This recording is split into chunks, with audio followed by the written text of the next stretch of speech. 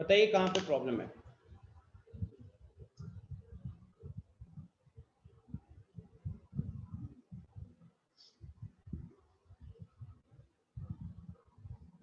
This is the second exercise, tell me कहाँ पे problem हो रहा है।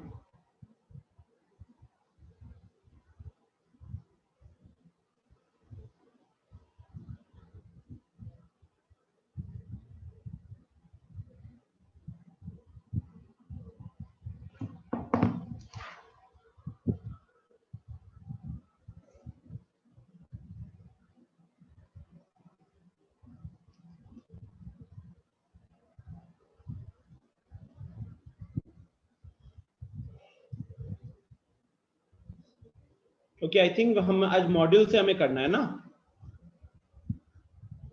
आज सिर्फ मॉड्यूल के, राइट, मॉड्यूल या okay.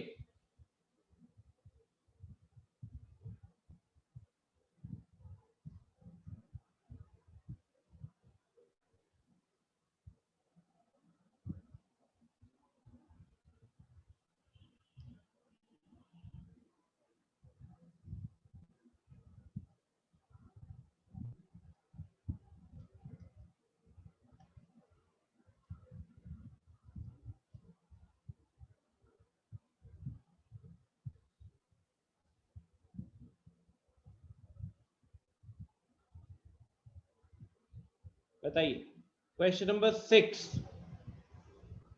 Okay, 6, 8, 10 fine.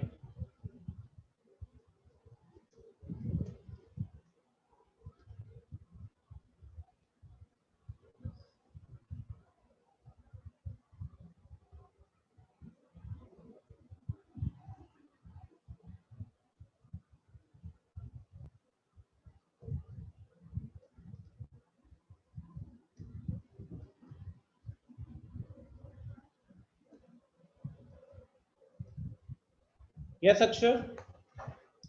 Sir I think question number 6 और क्वेश्चन नंबर 9 में कुछ मिसिंग है सर। नहीं ठीक है 6 ठीक सर है। इक्वलेटरल ट्रायंगल होना चाहिए। नहीं जरूरी नहीं है, मैं बताता हूँ, ठीक है। ओके एवरीवन, सो मैं क्वेश्चन नंबर 6 से शुरू करता हूँ। The question is find the percentage increase in the area of triangle if each side is doubled.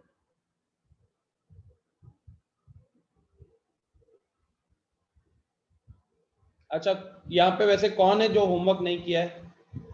Yes, अच्छा याद दिलाया। कौन है जो होमवर्क नहीं किया है?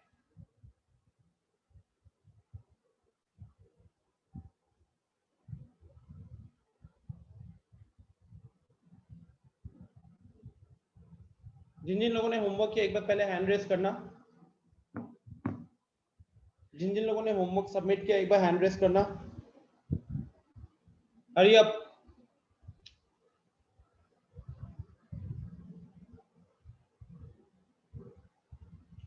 Those who have submitted the homework on the link, please raise your hand.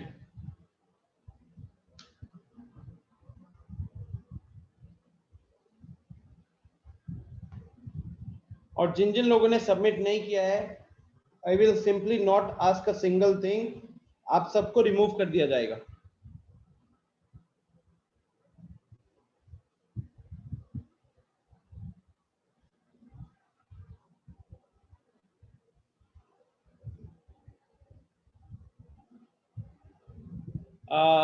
Bhargavi, please unmute yourself.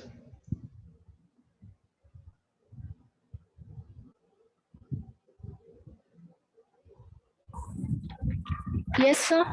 Are you a new student? Because I've never seen you before. Yes, sir. Rohit sir, मतलब कहाँ के student हो, छपरा के या बेगूसराय के?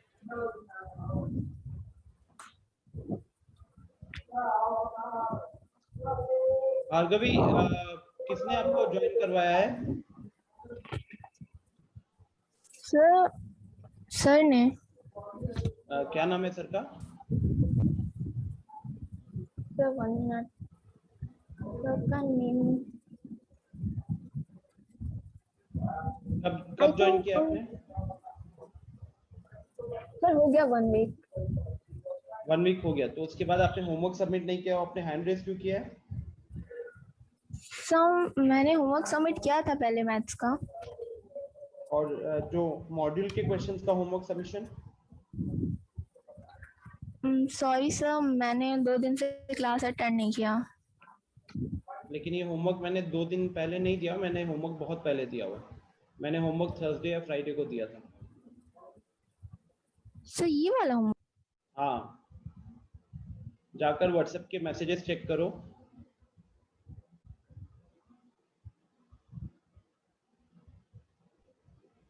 चलो anyways,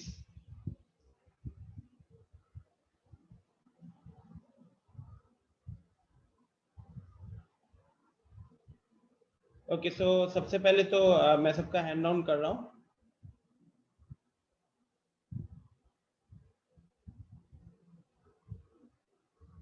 yes Aditi, बताइए क्या कहना चाहती हो?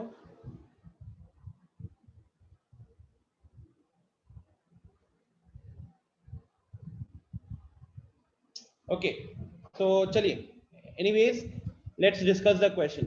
क्वेश्चन नंबर 6 कह रहा था कि एक ट्रायंगल है, एक ट्रायंगल के तीनों साइड्स को डबल कर दिया गया है, राइट?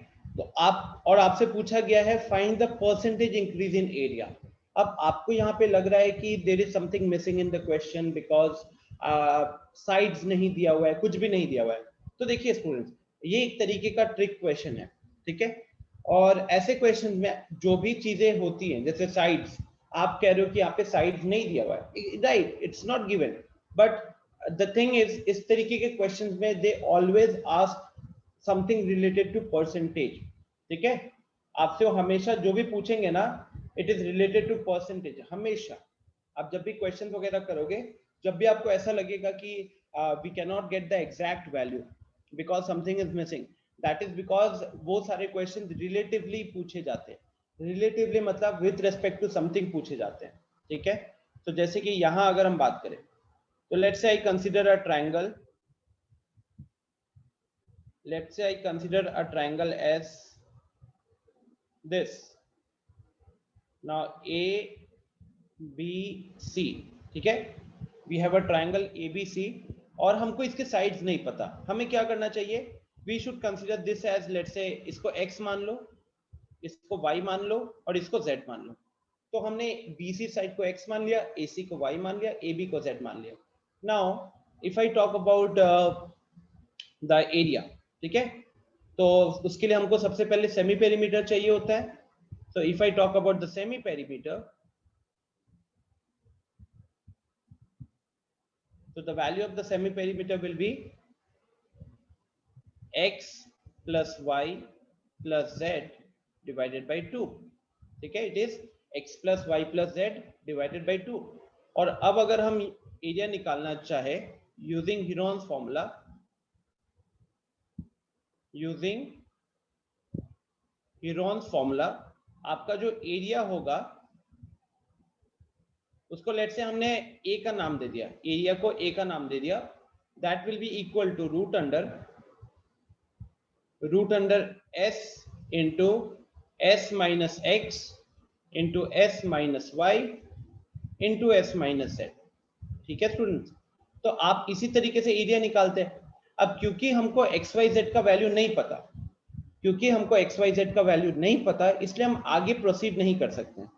अच्छा, चैट में लोगों के मैसेजेस आ रहे हैं कि सर अभी हम इसको क्वाड्रिलेटरल सपोज कर सकते हैं। देखिए अज्यूम कर सकते हो बिकॉज वहां पे उन्होंने मेंशन नहीं किया, लेकिन if I talk about subjective, अगर आप इसे एक ऑब्जेक्टिव एग्जाम के लिए देखोगे, आपको वहां पे 4 ऑप्शन दिए होंगे और आपको आंसर मार्क करना है।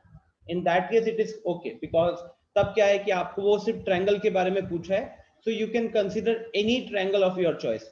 बट अगर ये सब्जेक्टिव एग्जाम में आता है, स्कूल एग्जाम्स में आता है, तो स्कूल एग्जाम्स में आप ऐसे अज्यूम नहीं कर सकते हो, ठीक है? अज्यूम नहीं कर सकते हो, then you will have to go the usual way. Yes, so देखिए ज्यादा कुछ अंतर नहीं है। अगर आप इसको ऑब्जर्व करोगे, ये ट्रायंगल आ गया।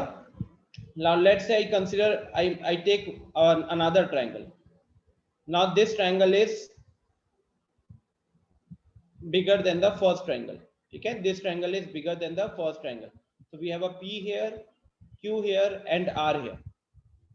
और यहाँ पे this value is 2x, this value is 2y and this value is 2z. Because question के according क्या हुआ है? Question के according the sides are getting doubled.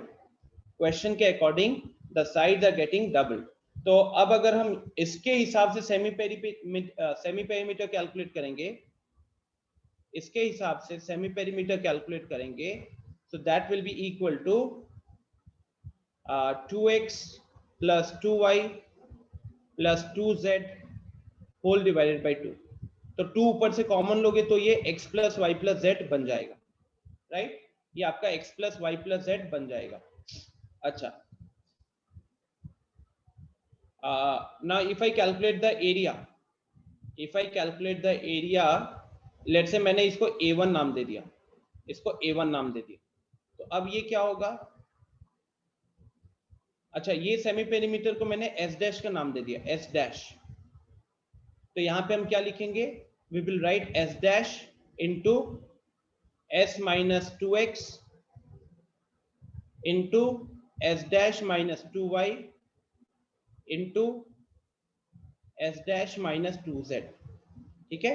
तो अगर आप देखोगे तो हम लोग अभी तक हमने कुछ अलग नहीं किया ना, we are just following the process. Just because in the same question we are calculating the semi perimeter of another triangle, क्योंकि हम एक और ट्रायंगल का सेमी पेरीमीटर कैलकुलेट कर रहे हैं, तो इसीलिए यहाँ पे क्या हो जाएगा? यहाँ पे हम उसको S डैश का नाम देंगे.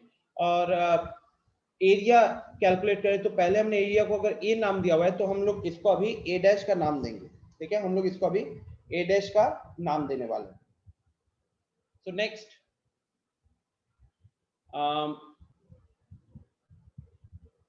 अब यहाँ पे थोड़ी सी कैलकुलेशंस देखते हैं. Okay, let's try to simplify. जब मैं थोड़ा सा सिंप्लीफाई करूंगा ना, you will get an idea. So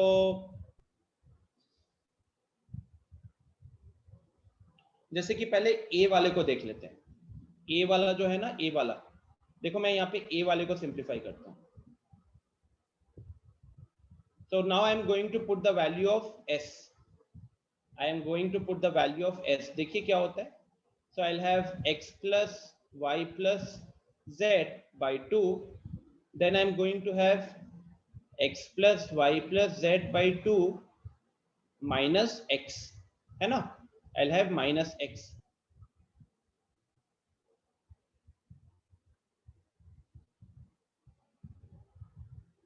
Similarly, x plus y plus z whole divided by 2 minus y. And lastly, x plus y plus z by 2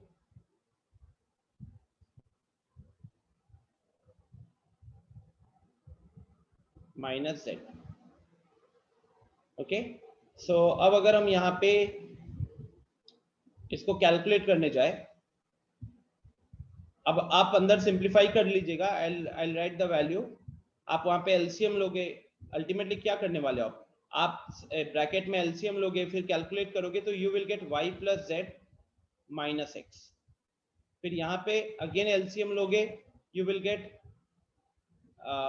x plus z minus y. यहाँ पे भी आप calculate करोगे, you will gate x plus y minus z whole divided by 2. Okay, so this is what you will get after taking the LCM. ये आपको मिलेगा students LCM लेने के बाद. ध्यान रखिएगा, not before taking the LCM. LCM लेने के बाद. Are you able to get this? ठीक है.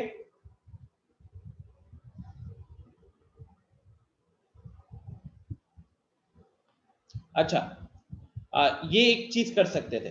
ओके, एक और चीज बताना students. Can you tell me the relation between S dash and S? नया वाला सेमी पेरीमीटर और पुराना वाला सेमी पेरीमीटर के बीच में रिलेशन बता सकते हो? क्या दिख रहा है दोनों को देखकर? ऊपर वाला x plus Y plus Z by 2 है, नीचे वाला x plus Y plus Z है. So can I say the new semi perimeter is exactly double,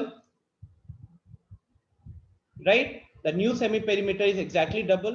तो क्यों ना मैं इसको ऐसा काम करूं, इसको मैं 2s का नाम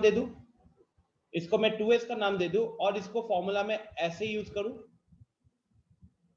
ये जो फॉर्मूला है ना, तो मैंने 2s लगा दिया, यहाँ पे 2s माइनस 2x कर लिया, यहाँ पे 2s माइनस 2y कर लिया, और यहाँ पे 2s माइनस 2z कर लिया, राइट? अच्छा, ऐसा क्यों कर रहा हूं? Because now the new area is also getting expressed in the form of s x y z.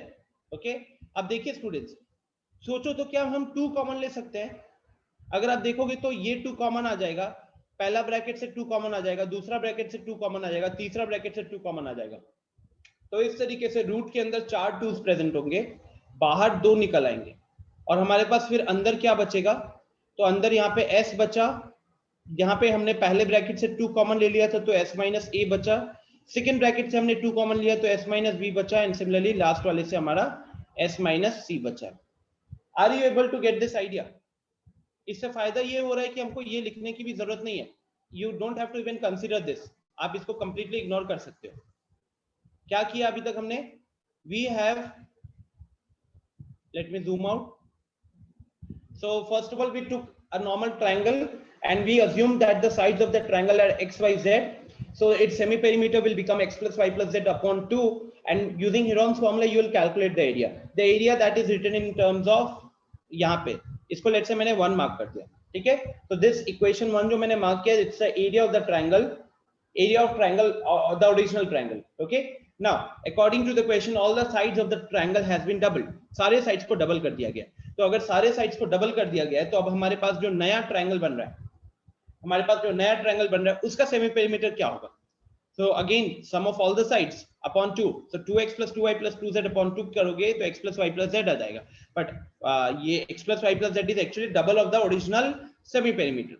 तो इसको हमने यहाँ पे पुट किया, हमने जब इसको यहाँ पे पुट किया तो s डैश की जगह पे देखिए अगले स्टेप में 2s कर दिया, और हम देख सकते कि 4 2 हम कॉमन निकाल सकते बाहर, तो हमने उन 4 2 को कॉमन निकाल लिया बाहर, और जब रूट के बाहर 4 चीजें निकलेंगी तो 2 ही बचेंगे ना, ठीक है?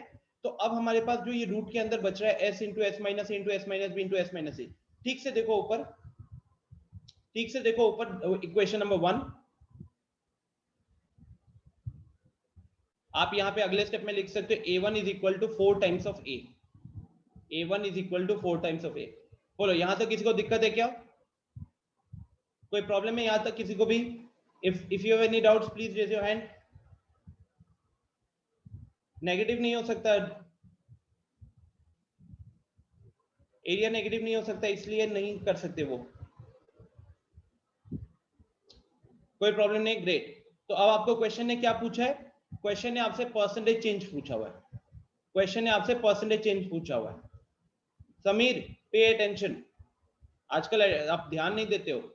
आप देखो कि यहाँ पे एक 2 है, ये ब्रैकेट से एक 2 निकलेगा, यहाँ से एक 2 निकलेगा, यहाँ से एक 2 निकलेगा, सो रूट के अंदर 4 2 रह गए, और अगर रूट के अंदर 4 2 होंगे तो हम उसको अगले स्टेप में रूट के बाहर निकाल सकते हैं कि नहीं? चार नंबर्स, ठीक है, इट्स लाइक दिस, रूट 2 4 बार 2 मल्टीप्लाई हो रहा है रूट के अंदर, तो रूट से बाहर कितना निकल कर आएगा? वही चीज है। Now the question is asking us to find out the percentage change। अब आप ही बताओ स्टूडेंट्स, अगर x से y होता है, अगर कोई वैल्यू x से y होता है, तो हम वहां पे परसेंटेज चेंज क्या निकालते हैं? Percentage change is equal to y minus x upon x into 100, y minus x upon x into 100। Now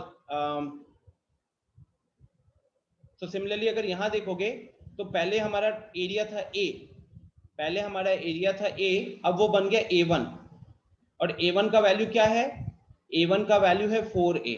तो अगर हम यहाँ पे परसेंटेज चेंज निकालने जाए, तो final value minus initial value upon initial value into 100, तो 4a minus a is equal to 3a upon a into 100, a cancel हो जाएगा, तो 3 into 100 will give me 300%, 3 into 100 will give me 300%।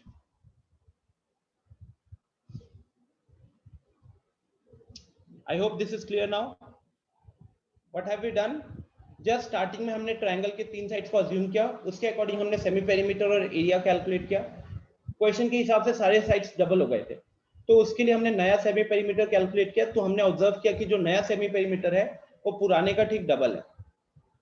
Yes Ashu? Sir जो आप मतलब Heron's formula से बनाए हैं वो तो मतलब √3/4 से भी तो सर बन सकता है। नहीं बन सकता है, लेकिन क्वेश्चन ने इक्विलेटरल लेने के लिए नहीं बोला है ना। √3/4 साइड स्क्वायर आप कहाँ पे यूज करोगे? Only for an equilateral triangle. Again I am repeating students, अगर ये क्वेश्चन ओलंपियाड में आता है, you can consider equilateral triangle, you can consider right angle triangle, but if it is a question which is coming in your school exams, then you cannot assume the triangle, you have to solve like it is any triangle, एक general triangle की तरह आपको solve करना होगा। अच्छा मैं करके दिखाता हूँ जिन लोगों ने इक्विलेटरल ट्रायंगल से ट्राई नहीं किया। अगर ये ओलंपियाड का क्वेश्चन होता, अगर ये ओलंपियाड का क्वेश्चन होता तो आपको क्या समझना है, आपके पास इक्विलेटरल ट्रायंगल था, आपके पास इक्विलेटरल ट्रायंगल था ऑफ साइड a सेंटीमीटर, ठीक है। अब तो इसका एरिया कितना हो जाएगा? इसका एरिया हो जाएगा √3/4 a²। इसको हम लोग फिलहाल a मान लेते हैं। फिर लेट से अब हमारे पास न्यू इक्विलेटरल ट्रायंगल आया, न्यू इक्विलेटरल ट्रायंगल आया ऑफ साइड 2a सेंटीमीटर। आपने अब 2a कर दिया, डबल कर दिया। अब आपका नया एरिया क्या होगा? Area of an equilateral triangle is √3/4 into side square. Now since the side is 2a, so you are going to perform 2a का whole square. Now 2a का whole square will be equal to what? It will give you 4a². 4 gets cancelled, so finally you get √3a². Finally you get √3a²। ठीक है, इसको हमने a1 का नाम दे दिया, लेट से इसको हमने a1 का नाम दे दिया। So my initial area is a, my final area is a1. So if I'm supposed, or if I want to find out the percentage change, it's going to be a1 minus a upon a, मतलब final minus initial upon initial into 100। आप इधर भी solve कीजिएगा, you will get the same answer. Okay, you will get the same answer. I hope this is clear to everyone. Moving ahead to the next question now. Yes, you can also consider the sides of a right angle triangle. वो भी कर सकते हो। सबसे easy तो वही होगा ना, राइट एंगल ट्रायंगल वाला स्टूडेंट। अगर आप इसको राइट एंगल ट्रायंगल मान लेते हो तो सबसे इजी वही होगा। सेकेंड अप्रोच,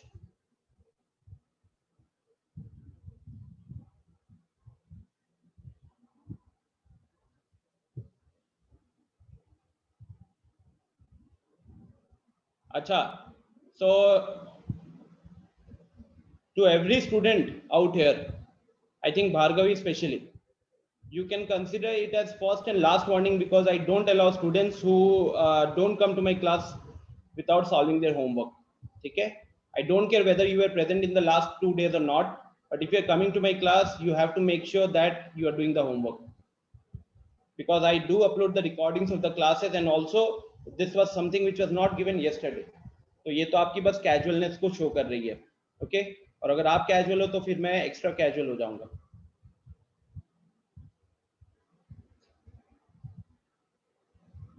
लास्ट वीक से हो अगर आप, तो आपको पता होगा कि होमवर्क लास्ट वीक दिया था, और अगर नहीं पता तो फिर you are non serious. So coming to this question guys, second approach क्या हो सकता था? लेट्स से किसी ने इसको 5 4 आपको पता है कि 5 12 13 right, 5 square plus 12 square is equal to 13 square होता है, और आपने डबल कर लिया तो 10 24 26। अब अगर आप यहाँ पे एरिया कैलकुलेट करते हो, यहाँ पे अगर आप एरिया कैलकुलेट करते हो तो आपको मिलेगा हाफ इंटू 5 इंटू 6, तो that is sorry half into 5 into 12, तो 60/2 ये हो गया 30। यहाँ पे नया एरिया कैलकुलेट करोगे तो हाफ इंटू 10 इंटू 24, तो this will give you 120। Okay, तो same logic guys, initial area was 30, final area became 120। Percentage change निकालना होगा, percentage change is final minus initial upon initial into 100. So finally you get 90 upon 30 into 100. So you get 300%. I think देख सकते हो, but yes, again this approach only when you are having Olympiads. Okay, कोई ये इसमें से कोई भी method number olympiad के दोनों मेथड्स को आप स्कूल में नहीं यूज कर सकते हो. High chances are teacher will cut your marks, because teacher जो होते हैं वहां पे जनरल सॉल्यूशन मांगते हैं. जनरल सॉल्यूशन मतलब you will have to consider a general triangle. Okay, you can not consider a special triangle when it comes to your school exams. But yes, अगर ये ओलंपियाड होगा और वहां पे सिंपली बोला है कि कोई ट्रायंगल है जिसके साइड्स को डबल कर दिया गया, आप उसकी एरियाज को एरिया का परसेंटेज चेंज बताओ. सो इन दैट केस आप you are free to use either an equilateral triangle or you can also go for a right angle triangle. Okay, chalo, let's move ahead. Question number 8. किसने पूछा ये question number 8?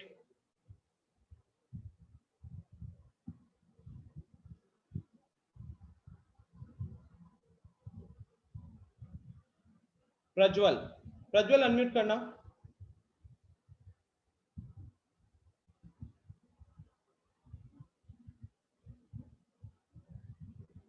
Prajwal unmute करना.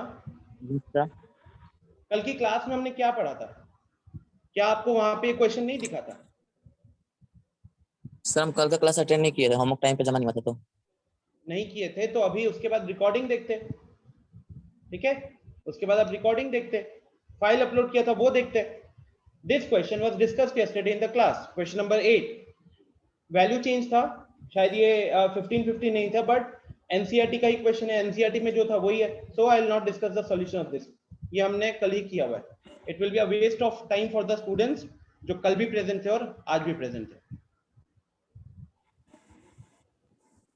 Okay, next question number 9. Question number 9 एक अच्छा question था Olympiads में. Question number 9 कह रहा है in a triangle the sum of any two sides exceeds the third side by 6.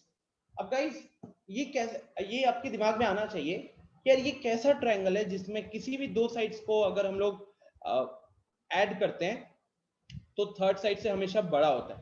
You should think कि ऐसा क्या है इस ट्रायंगल में.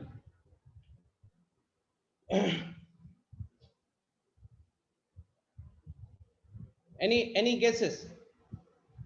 देखो, सबसे पहले आप खुद सोचो ये कौन सा केस में पॉसिबल होगा लॉजिकली. अगर if you try to think, ऐसा कौन सा ट्रायंगल में ये एक्चुअली पॉसिबल हो सकता है जहां पे किन्हीं भी दो साइड्स को ऐड करो तो वो हमेशा थर्ड साइड से बड़ा भी हो रहा है, और एग्जैक्टली कितना बड़ा हो रहा है? It's greater by 6 centimetre. In fact let me take you to the solution.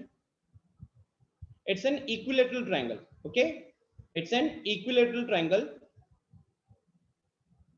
क्योंकि आप खुद ही सोचो स्टूडेंट्स, इक्विलेटरल के अलावा और कहीं पे पॉसिबल है ही नहीं. बिकॉज अगर इस तरीके का ट्रायंगल है, ओके, अगर इस तरीके का ट्रायंगल है A B C and if I have the sides as let's say X Y Z, and now according to the question, if you are adding any two sides, it's greater than the third side by 6. It means I can say X plus Y is equal to Z plus 6, Y plus Z is equal to X plus 6, and X plus Z is equal to Y plus 6, है ना? तो if I add all of them, अगर मैंने इसको मान लो, इसको ले लिया इक्वेशन 1, इसको ले लिया इक्वेशन 2, इसको ले लिया इक्वेशन 3, और अगर मैं equation 1 plus equation 2 plus equation 3 कर रहा हूं, तो जब गाइस हम लोग इक्वेशंस को ऐड करते हैं तो उनका लेफ्ट हैंड साइड, सबका लेफ्ट हैंड साइड ऐड होते जाएगा और उसको आप लेफ्ट हैंड साइड में लिखोगे. सिमिलरली सबका राइट हैंड साइड ऐड होते जाएगा और आप उसको राइट हैंड साइड में लिखोगे. तो when you are adding the LHS, तो इट्स वेरी क्लियर स्टूडेंट्स कि यहाँ पे आप देख सकते हो X 2 बार आएगा, Y 2 बार आएगा एंड Z भी 2 बार आएगा. So X 2 बार आ रहा है, Y 2 बार आ रहा है, Z भी 2 बार आ रहा है. तो इसलिए ये क्या बन जाएगा? ये बन जाएगा 2 times of X plus Y plus Z. और यहाँ पे क्या हो जाएगा? यहाँ पे हो जाएगा ये राइट हैंड साइड को ऐड करो तो X plus Y plus Z एक बार ऐड हुआ, 6 6 6 3 बार ऐड होकर वो 18 बन गया. सो अब ये X plus Y plus Z को आप राइट साइड ले आ सकते हो, X plus Y plus Z को आप राइट साइड ले आ सकते हो. तो यहाँ से आपके पास 2 times of x plus Y plus Z में से एक x plus Y plus Z cut जाएगा, तो you will get 18. Okay, and then थोड़ा सा मैनिपुलेशंस करके आई थिंक अब आप ये सॉल्व कर पाओगे. ठीक है श्रीजा, अगर आपको ये इक्विलेटरल पता चल गया ना, अगर आपको ये इक्विलेटरल पता चल गया, सो आई थिंक श्रीजा ये बहुत क्लियर हो जाएगा कि all of them have to be 6 centimetre each. All of them have to be 6 centimetre each, because अगर इक्विलेटरल ट्रायंगल है तो दो साइड्स को ऐड कर रहे हो, तो तीसरे साइड से अगर 6 सेंटीमीटर बड़ा है, it means all the three triangles are, all the three sides are 6 centimetre each. तभी आपने अगर दो को ऐड किया तो 6 प्लस 6 12 हो गया. वो तीसरा साइड जो कि 6 था उससे 6 ज्यादा है, राइट? तो ये सिंपल सा थोड़ा सा दिमाग लगाने से हमें पता चल जाता that this will be N equilateral triangle. और किस तरीके का इक्विलेटरल ट्रायंगल? एक ऐसा जिसके तीनों साइड 6 6 6 है. फिर आप उसका एरिया कैलकुलेट कर लेते हैं. ठीक है, next moving to question number 10. Question number 10 कह रहा है from a point in the interior of an equilateral triangle perpendiculars are drawn on each of its three sides. The length of the perpendiculars are 14, 10 and 6. ठीक है, we need to find out the area of the triangle. अच्छा, just for confirmation purpose, have we done this question before? I think मैंने आप लोगों को जब R S Agarwal से question solve करने के लिए दिया था, तो ये क्वेश्चन वहां पे था क्या? Right, yes I remember, yes yes exactly. बहुत लोग कह भी रहे. तो अब यहाँ पे वो महान व्यक्ति कौन है जिसने क्वेश्चन नंबर 10 में डाउट पूछा है? आई मीन अगर मुझे याद ना रहे तो आप लोग टाइम बर्बाद खूब करोगे. आशु आपने पूछा था, श्रीजा आपने पूछा था, तनिषा आपने पूछा था.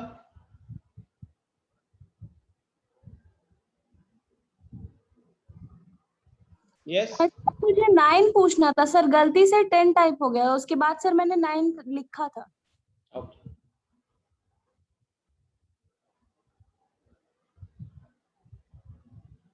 Guys, I think we have discussed question number 10 in just our second class.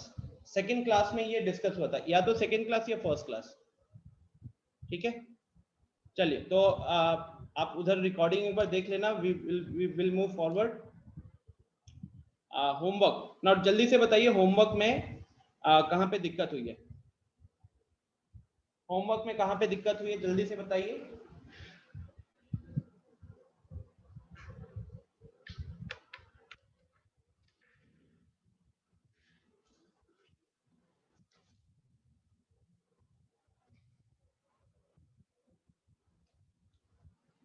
Please अभी चैट बॉक्स में आप डाल दो, उसके बाद फिर मैं उसके बाद किसी के क्वेश्चन नहीं काउंटर करूंगा.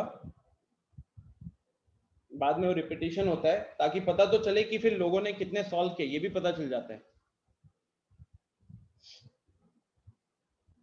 अपूर्वा का क्वेश्चन दिख गया है, अक्षर का दिख गया, शुभम का दिख गया, प्रज्वल का दिख गया. और किसी के कोई डाउट है होमवर्क से? अगर किसी का होमवर्क से डाउट है तो मैसेज करे.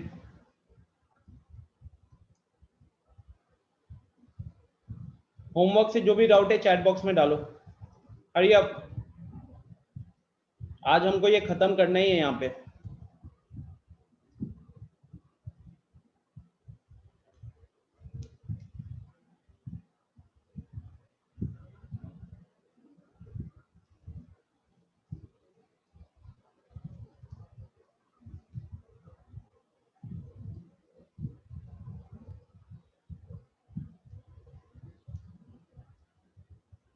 Are we done?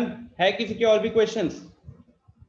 बिकॉज इसके बाद अगर कोई मैसेज करता है तो फिर उसकी बात नहीं सुनी जाएगी. चलिए, सो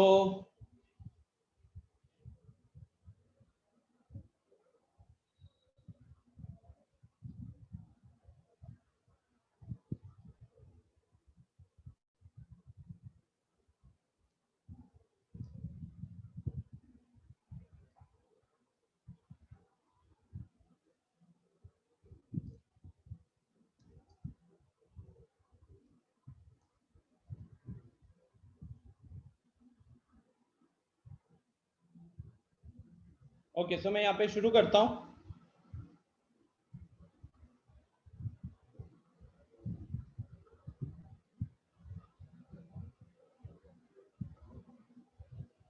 चलो तो सब मैंने अभी सबके मैसेजेस फिर ऑफ कर दिए हैं।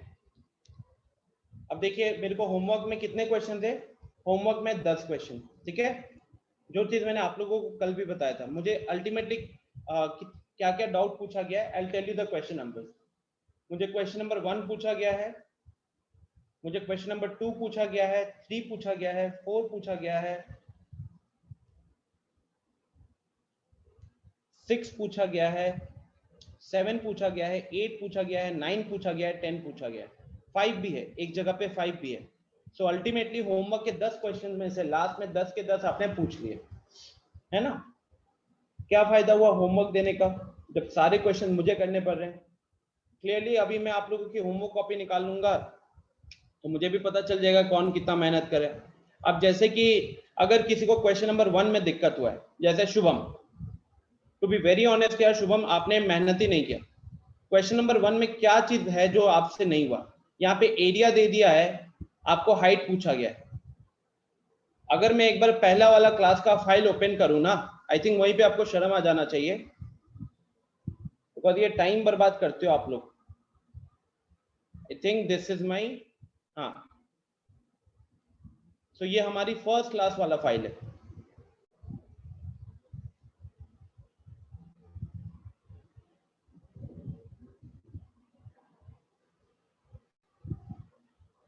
तो यहाँ पे Shubham, height is √3/2 into A, area is √3/4 into A square. आपको क्वेश्चन में एरिया का वैल्यू दिया था, आप सिर्फ इसको उसके साथ इक्वेट करते, इक्वेट करके यहाँ से ए का वैल्यू निकालकर इसमें पुट करते, आपको हाइट मिल जाता। ठीक है, इट्स वेरी क्लियर कि आपने यहाँ पे नॉन सीरियसनेस शो किया। Next question number 2, Apoorva.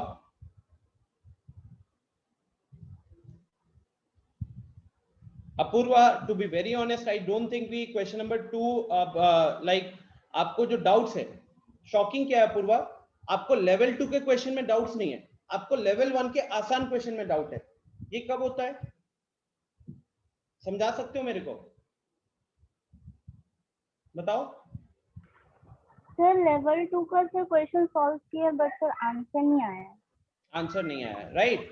तो फिर कितना टाइम आपने लगाया क्वेश्चन को सॉल्व करने में? सर सिर्फ क्वेश्चन 2।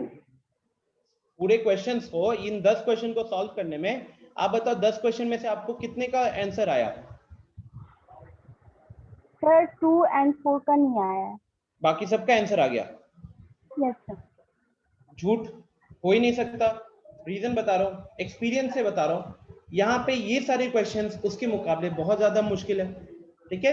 ऑब्वियस सी बात है, हमारे मॉड्यूल में लेवल 1 क्वेश्चंस आपके एनसीईआरटी के लेवल के आसपास रहते हैं, level 2 is Olympiad, RD Sharma level के क्वेश्चन रहते हैं। तो there is no way you are able to solve level 2 questions. मैंने नोटिस किया है, ऐसा लगता है जैसे कि यू वेट फॉर, आप लेवल 1 के डाउट्स पूछ लेते हो बिकॉज यू नो कि लेवल 2 के डाउट्स कहीं और से कोई पूछ ही लेगा। यही हो रहा है। I mean, to be very honest, it's very doubtful कि आपने क्वेश्चन नंबर 2 आपसे नहीं हुआ, लेकिन यहाँ पे जैसे ये रेक्टेंगुलर हेक्सागन, आपने इसका एरिया कैसे कैलकुलेट कर लिया?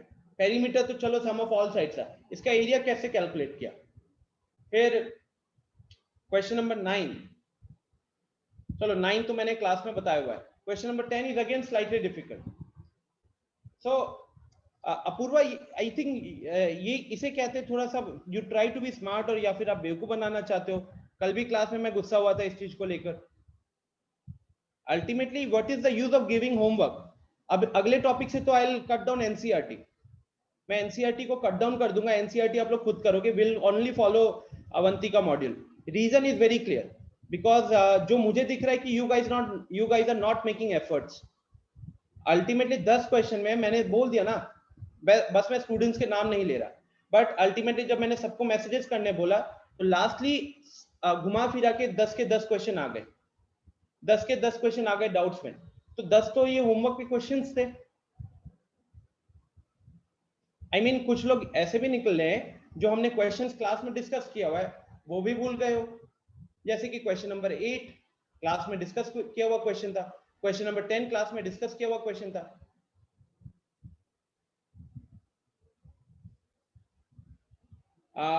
अगेन अपूर्वा, आपको एक और अच्छी चीज बताऊं, थोड़ा सा यहीं पे आपको थोड़ा बुरा फील होना चाहिए। ये देखो क्वेश्चन नंबर 4। अभी आपने होमवर्क का क्वेश्चन नंबर 2 पूछा ना, ये देखो इन क्लास एक्सरसाइज का क्वेश्चन नंबर 4 देखो। The base of N isosceles triangle measures 24 centimetre and it's area is 60 centimetre square. ठीक है, एंड अगर आप यहाँ पे इस क्वेश्चन को देखते हो, the base of N isosceles triangle measures 80 centimetre and it's area is 360, मतलब खाली वैल्यू चेंज हो गया। आपने मेरे को क्वेश्चन नंबर 1 आईसी का 4 तो पूछा नहीं, लेकिन अभी होमवर्क का नंबर 2 पूछे हो। सेम नहीं है क्या वहां पे? It's complete waste of time. From next topic we are not going to solve any question from NCERT. ठीक है, we will follow only Avantika module. Actually में जो हमारे पुराने ऑफलाइन स्टूडेंट्स हैं उनको पता होगा कि हम लोग सिर्फ अवंतिका मॉड्यूल करते थे अपने ऑफलाइन सेंटर में। मुझे ऐसा लगा कि स्टूडेंट्स मेहनत कर रहे हैं, क्लास में रिस्पांस अच्छा रहता है, तो ये लोग दोनों करेंगे। बट लास्टली जो मुझे फील हुआ स्टूडेंट्स, स्पेशली आपके बैच के लिए, कि मोस्ट ऑफ यू, मैंने आप लोगों का होमवर्क जो आपने सबमिट किया वो भी खोल के देखा, एंड आई कैन, मतलब नाम लेकर मैं कुछ को तो बदनाम कर दूं ऐसा उनके पेरेंट्स को कॉल करके कि होमवर्क के नाम पे आपने बस फॉर्मेलिटी की है। फॉर्मेलिटी क्यों? Because sir is very strict and if I am, अगर आप सबमिट नहीं करते हो क्लास से रिमूव कर दिया जाएगा एंड आपके घर पे फोन चला जाएगा कि होमवर्क सबमिट नहीं किया या होमवर्क इतना किया। If I am giving 10 questions, ठीक है, एंड ट्रस्ट मी, आप किसी सीनियर को जाके पूछना हेरोन्स फॉर्मूला टॉपिक कितना इजी है, and I think this is my 4th और 5th class in this topic. चौथा या 5वीं क्लास ले रहा हूं मैं इसमें, जो कि आई वाज एक्सपेक्टिंग कि 2 या 3 क्लास के अंदर पूरा खत्म हो जाना चाहिए। 2 क्लासेस एक्स्ट्रा लग रहे हैं। ठीक है, क्यों लग रहा है एक्स्ट्रा? बिकॉज मेहनत नहीं कर रहे हो आप लोग।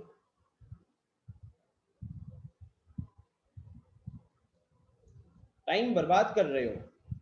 एंड ट्रस्ट मी, ये क्या होगा ना कि अच्छे स्टूडेंट्स तो निकल जाएंगे, उनका कोई दिक्कत नहीं है, बिकॉज उनको तो मैं जानता हूं, मैं उनके डाउट सॉल्व करूंगा। बट यहाँ जो लोग वो है ना, जो मतलब जो वीक स्टूडेंट्स है, जो अभी भी एफर्ट नहीं मार रहे हैं, लेकिन टाइम पास करने के लिए, क्लास का टाइम पास करने के लिए डाउट्स वगैरह कुछ भी पूछ लेते हैं, और है ना, पिछले वाले क्वेश्चन कल जो हमने किया था उसको भी ध्यान में नहीं रख रहे हो। These things are not going to work here, these things are not going to work. Trust me. कितना कर लोगे? 1 महीना, 1.5 महीना? आफ्टर 1 month और 1.5 month most probably will have offline classes, फिर थोड़े ना बचोगे, फिर आप वहां पे फेक नहीं कर पाओगे। Right now most of you are just taking the advantage of online system. घर पे बात ना जाए इसलिए किसी तरीके से मैनेज कर रहे हो होमवर्क्स। ऑब्वियस सी बात है कि मेरे लिए पॉसिबल नहीं है कि कल क्लास हुआ है, कल 45 स्टूडेंट्स का होमवर्क चेक करो और आज 45 स्टूडेंट्स का होमवर्क चेक करो। मैं सिर्फ आप लोगों को नहीं पढ़ा रहा, I am teaching all the students from class 8 to class 12 there. But what I expect, जो मैंने क्लास के स्टार्टिंग में भी बोला था, I expect honesty and sincerity, which clearly most of you are lacking. And trust me, उसे मेरा loss है सच नहीं है, लॉस आपका हो रहा है। आप फूल बना रहे हो, अपने आप को फूल बना रहे हो, अपने पेरेंट्स को फूल बना रहे हो, and definitely you will be at the loss at some point later in the future. चलो, so I will actually discuss the question, because सारे के सारे पूछ लिए, मुझे आज क्लास खत्म करना ही है इसमें। ठीक है, आज के बाद मैंने इस टॉपिक पे पढ़ना ही नहीं है। 4 क्लास 5 क्लास में ये सब छोटे टॉपिक्स में नहीं दे सकता ना। So now I will select the questions जो मुझे लगेंगे कि मैंने डिस्कस नहीं किए, थोड़े से ट्रिकी होंगे, थोड़े से हटके होंगे, वो क्वेश्चन डिस्कस करूंगा। So question number 3, in the given figure the ratio of AD to DC is 3:2, and if the area of triangle ABC is 40 centimeter square, you are supposed to find out the area of triangle BDC. ठीक है, now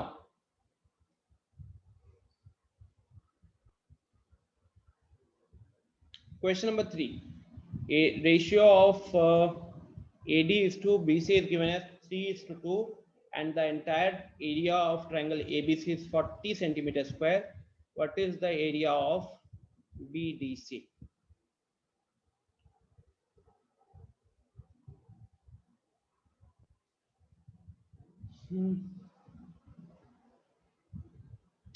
I think इसमें थोड़ा सा congruency लग रहा है।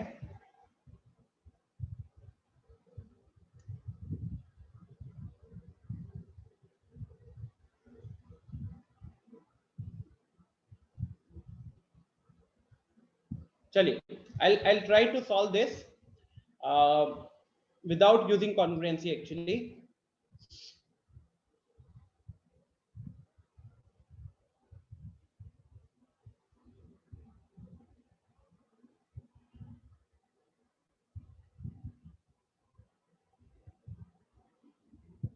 So question number 3 देखिए, अब यहाँ पे again these are Olympiad questions, okay, these are not जो आपके स्कूल में आने वाला है, these are proper Olympiad questions.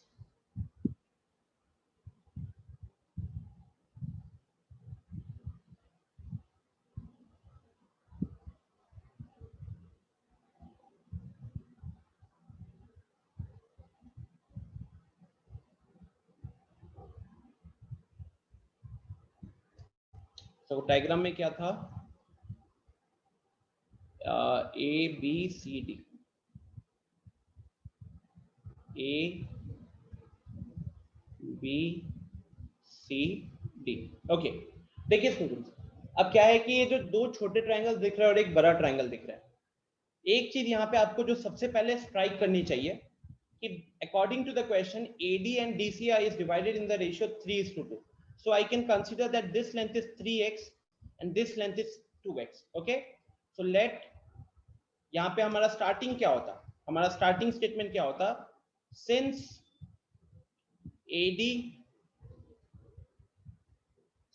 AD upon DC is equal to 3:2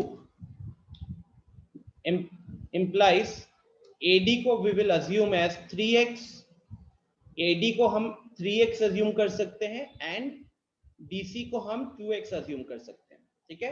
AD को 3x assume करेंगे, DC को 2x assume करेंगे, उससे क्या होगा, ये जो अल्टीमेटली AC के पार्ट है, अल्टीमेटली ये AC के पार्ट है, तो AC क्या हो जाएगा, this will be AD plus DC is equal to 3x plus 2x which becomes 5x. Okay, तो इनका सम हो गया 5x. नाउ अब आपको सोचना है कि हमारे पास क्वेश्चन में क्या इंफॉर्मेशन दिया था, हमारे पास क्वेश्चन में एक इंफॉर्मेशन दिया था एरिया ऑफ ट्रायंगल ABC का, okay, area of triangle ABC दिया था which was equal to 40. अब आपको यहाँ पे सोचना था कि can I use Heron's formula, no, can I use half into base into height, actually में नहीं, बिकॉज ना ही हमारे पास बेस का वैल्यू है ना ही मेरे पास हाइट का वैल्यू है, तो हमारे पास फिर क्या ऑप्शन बचा, इक्विलेटरल बोला ही नहीं है, इक्विलेटरल हो गया, राइट ट्रायंगल हो गया, आइसोसेलेस हो गया, ये सब कुछ नहीं बोला हुआ है, तो we can not use all those things. Now question में आपको बड़ा ट्रायंगल का एरिया दिया हुआ है और आपको छोटा ट्रायंगल का एरिया पूछ रहा है, तो what should be my thought process, my thought process should be कि जो क्वेश्चन ने इंफॉर्मेशन दिया है ना 3:2, उसको हर स्टेप में कहीं ना कहीं यूज करना होगा, उसको हर स्टेप में कहीं ना कहीं यूज करना होगा. तो कैसे यूज करेंगे, क्या मैं सबसे पहला चीज ये कह सकता हूं, let the height of triangle ABC, let the height of triangle ABC be h. तो ABC की हाइट को h मानते हैं ऑन बेस AC, क्योंकि गाइस हमको जब हम लोग हाइट लिखते हैं तो हमको एक बेस को भी वेल डिफाइन करना पड़ता है. पहली क्लास में मैंने आपको बताया था कि एक ट्रायंगल में 3 अलग अलग हाइट्स हो सकते हैं 3 अलग अलग साइड्स के ऊपर, ओके. तो यहाँ पे हमने मान लिया कि ट्रायंगल ABC जो सबसे बड़ा वाला ट्रायंगल है, उसमें सबसे बड़े वाले ट्रायंगल पे जो AC, क्यों AC पिक किया, बिकॉज वो AD DC भी उसी के ऊपर है, तो हमने मान लिया कि उसके ऊपर हाइट है h. आपको ड्रॉ करने की भी जरूरत नहीं है, ओके, ड्रॉ करने की भी जरूरत नहीं है, तो ऑटोमेटिकली यहाँ पे क्या अज्यूम्पशन हो जाएगा, therefore in triangle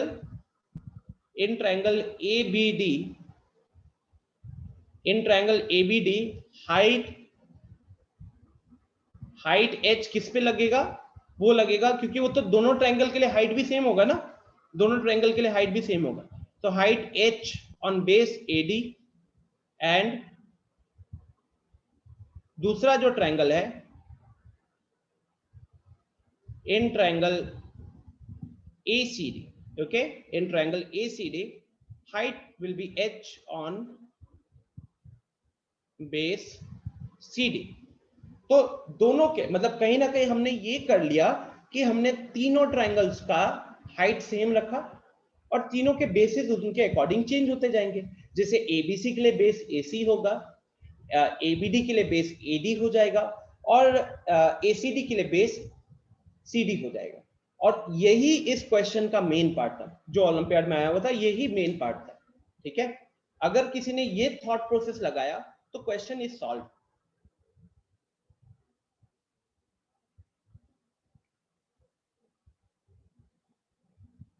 Yes, Apurva. Yes, yes, Ananya. Kulshum. Sir triangle ACD कैसे होगा? यहाँ तो ट्रायंगल बीसीडी होगा ना? Yes, sir. That's what I am asking. Oh, okay. Yes, yes. ACD नहीं, it is BCD. BDC. BCD बोलो, BDC बोलो, कुछ भी यहाँ पे चलेगा। ठीक है। Okay, sir. हाँ रजनीश बताओ। सर इस ट्रायंगल में तो sir 1/2 into base into height भी फॉर्मूला लग सकता है। किस ट्रायंगल में? सर इसी में थर्ड वाले क्वेश्चन में। अभी हर जगह लगेगा क्योंकि हमने एक हाइट अज्यूम कर लिया। जब तक आप हाइट अज्यूम नहीं करते तब तक आप नहीं लगा सकते फॉर्मूला।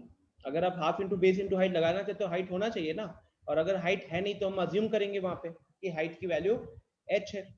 ठीक है, ओके सर।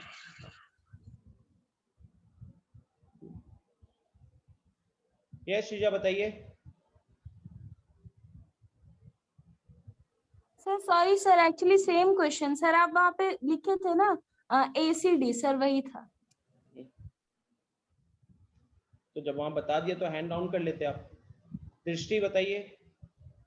यस सर, मैं यहाँ पे बोल रही हूँ 3x + 2x = 5x आया, तो 5x = 40 लेके नहीं कर सकते? नहीं, क्योंकि 5x आपका साइड होता, वो सिर्फ एक ट्रायंगल का साइड होता, जबकि 40 आपका ट्रायंगल का एरिया दिया हुआ है। आप ही बताओ, क्या साइड ऑफ अ ट्रायंगल को आप एरिया ऑफ ट्रायंगल के बराबर कर सकते हो? No sir. नहीं कर सकते ना, इसीलिए। Okay sir. Yes Akshar. Sir एक बार फिगर से बता दीजिए कि दोनों का हाइट इक्वल कैसे होगा? कैसे होगा देखो, अब एक आई थिंक ये चीज तो सबको पता होगा कि हर जगह पे हाइट हमेशा ट्रायंगल के अंदर हो जरूरी नहीं है। अब जैसे अगर मैं बात करूं यहाँ पे देखो, इस छोटे से ये मेरे डायग्राम के according this is a more than 90 degree.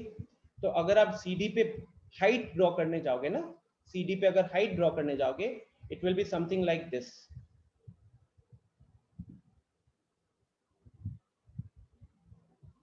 ठीक है, let's say this is M point, ये 90 डिग्री हो गया। तो कहने के लिए यहाँ पे एबीसी के लिए हाइट हमको क्लियरली दिख गया, एबीडी के लिए भी हाइट हमको उसके अंदर दिख गया, बस बीडीसी के लिए हाइट जो है बाहर है। और आई थिंक ये आपको पता होना चाहिए, बिकॉज हाइट क्या होता है, it is actually the perpendicular ना। अब आप खुद ही सोचो कि क्या हम इधर इस तरीके का कोई परपेंडिकुलर ड्रॉ कर सकते हैं? क्या ऐसे आप लाइन ड्रॉ करके कह सकते हो कि ये 90 डिग्री बना रहा है? Obviously not. रीजन क्या है? छोटा सा रीजन है, ट्रायंगल्स में इसको डिटेल में पढ़ेंगे। बिकॉज वो जो आपका एंगल डी है, that angle D is more than 90 degree. तो वहां पे जब आप हाइट ड्रॉ कर रहे होगे तो हाइट जो होगी वो ट्रायंगल के बाहर लाई करती है। ठीक है, but again that will act as the height of the same triangle. Okay, so चलो अब हम इक्वेशंस बनाते हैं। अब हम इक्वेशंस बनाते हैं for triangle according to question. Area of ABC is equal to 40. It's given in the question as 40. So what I can do is half into base is 5x. ठीक है, इनफैक्ट मैं अभी बेस भी लिख देता हूँ, half into AC into h, height को मैंने h नाम दिया, this is equal to 40 degree कर दिया।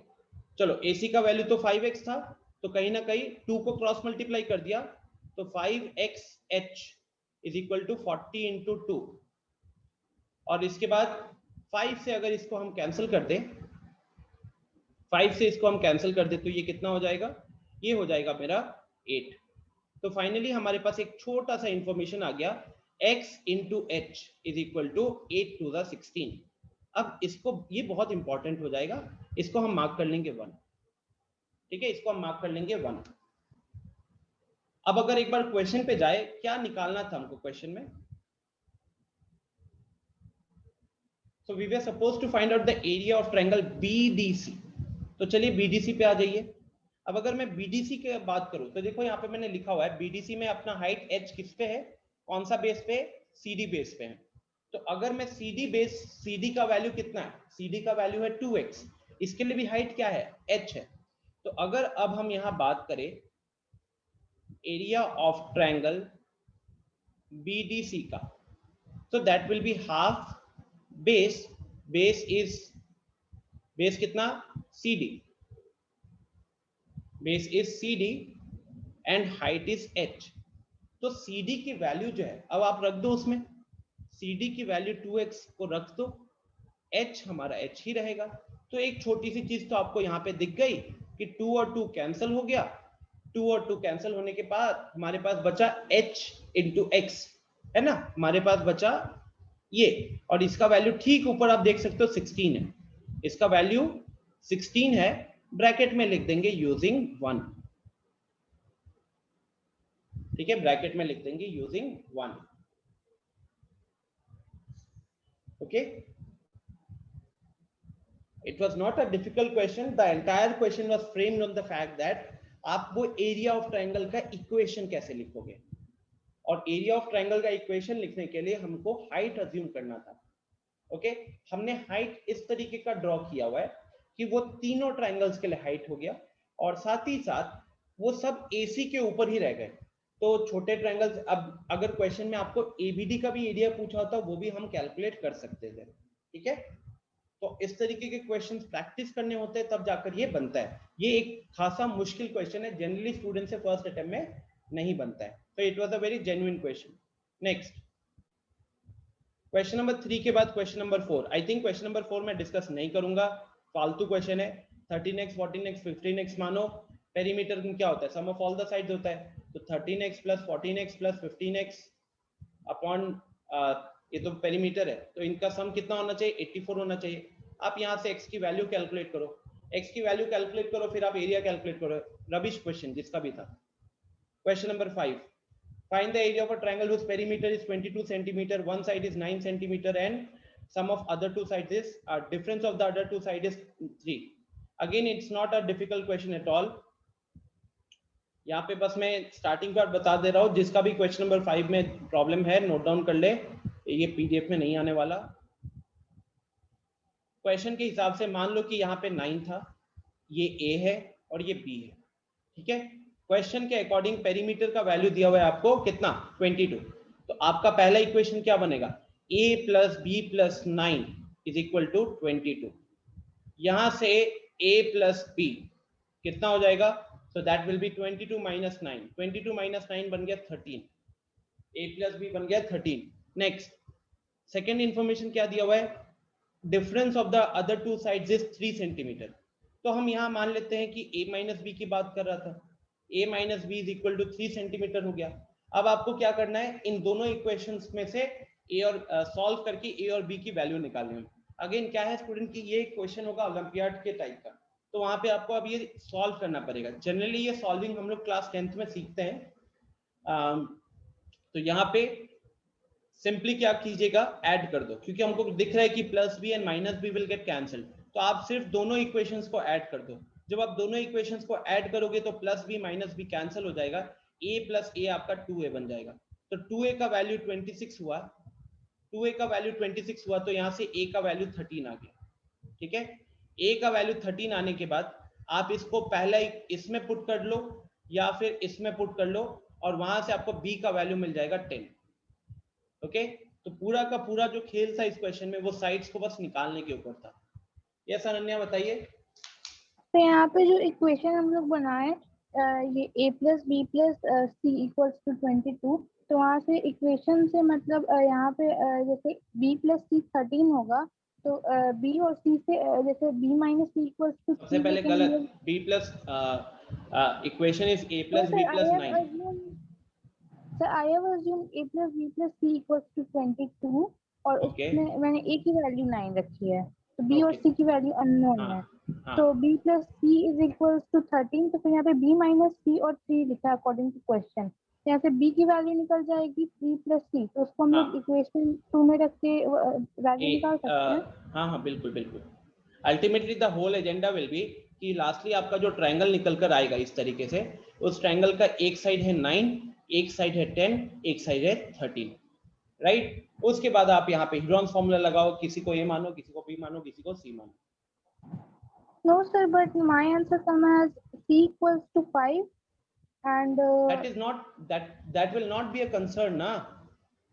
You a are equals supposed to to find out the area of triangle. आपको अल्टीमेटली एरिया ऑफ ट्रायंगल निकालना है। अब आपने वेरिएबल एबीसी माना, वेरिएबल माना ना, अब आपने एबीसी माना, कोई स्टूडेंट हो सकता है कि उसको एक्स वाई जेड मानेगा, तो क्या वो गलत हो जाएगा? नहीं ना।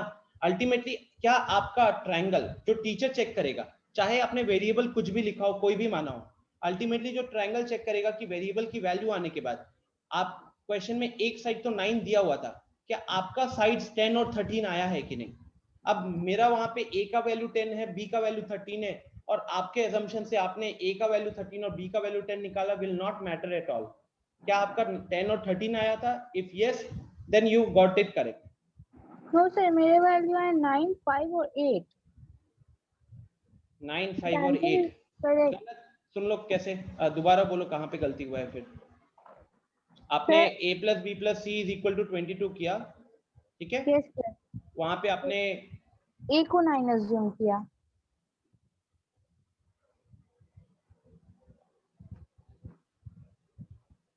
a plus b plus c को आपने 22 लिखा, वहां पे आपने a को 9 अज्यूम किया, तो 9 अज्यूम करने के कारण b plus c आपका 22 minus 9 13 हो गया। फिर सर यहाँ से b की वैल्यू निकल गई 3 plus c।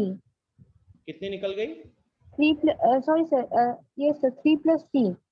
3 plus c। आपने यहाँ पे b is equal to 3 plus c करके आपने इसको इसमें पुट कर दिया, राइट? Yes sir. तो अगर हम वहां पे पुट कर देते हैं तो 3 plus c कितना हुआ? 13। हाँ यस सर। सर 8 आएगा ना? एक minute I'll just check whether I have done it correct out here।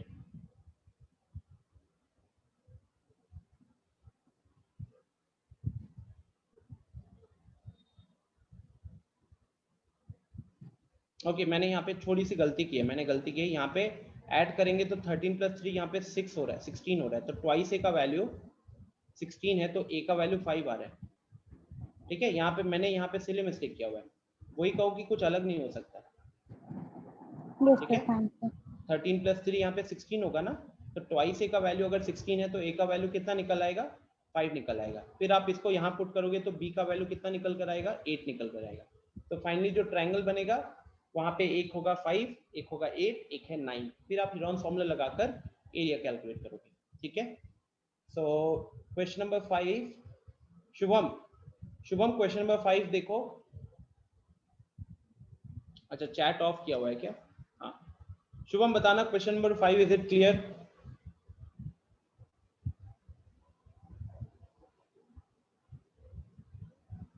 ठीक है, नेक्स्ट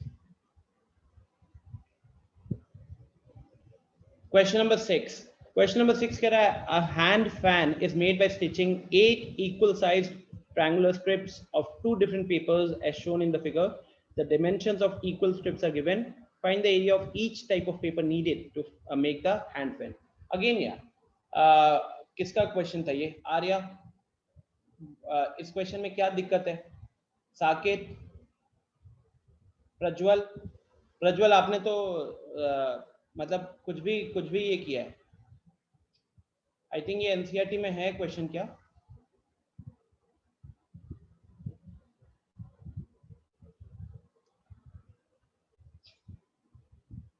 ये कुछ सिमिलर क्वेश्चन नहीं है? ये हो गया या ये हो गया, क्या ये सिमिलर क्वेश्चन नहीं है काइट वाला? यही है ना? An umbrella is made by stitching 10 triangular pieces of 2 different colours. उसके डायमेंशंस दिए हुए हैं। आपसे बोला how much cloth of each colour is required to fill the umbrella. Similar question पूछ रहे हो, मैं अब क्या सेम टाइप के क्वेश्चन बार बार सॉल्व करूंगा? प्रॉपर टाइम वेस्ट नहीं होता ये। Ayushi same, I mean you guys have to relate ना।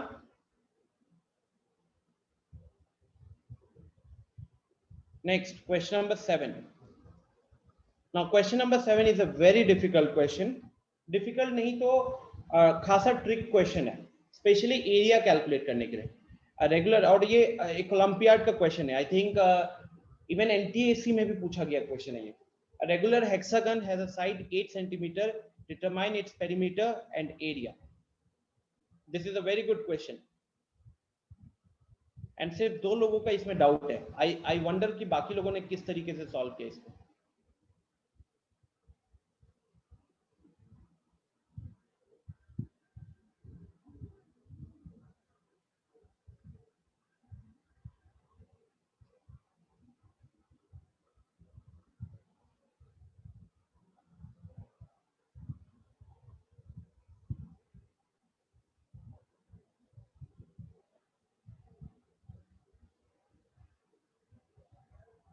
ओके, सो रेगुलर हेक्सागन का मतलब होता है all sides are equal. Okay, तो if according to the question side 8 दिया हुआ है तो ये भी 8 हो जाएगा, ये भी 8 हो जाएगा, ये भी 8 हो जाएगा, 8 8 सारे के सारे 8 हो जाएंगे। ठीक है, तो सबसे पहले अगर हम बात करें पेरीमीटर का, तो पेरीमीटर क्या होता है? It's sum of all the sides. ठीक है, तो 6 बार 8 ऐड करोगे तो 8 6 48। तो यहाँ तो दिक्कत नहीं हुई होगी, दिक्कत हुई होगी एरिया को फाइंड आउट करने में, दिक्कत हुई होगी एरिया को फाइंड आउट करने में। ओके, सो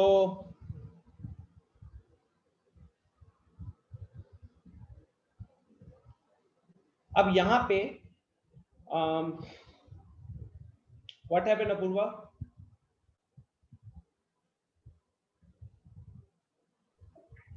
सर एक बार प्लीज क्वेश्चन 2 का मैं आंसर देख लीजिए कहाँ पे। कौन सा?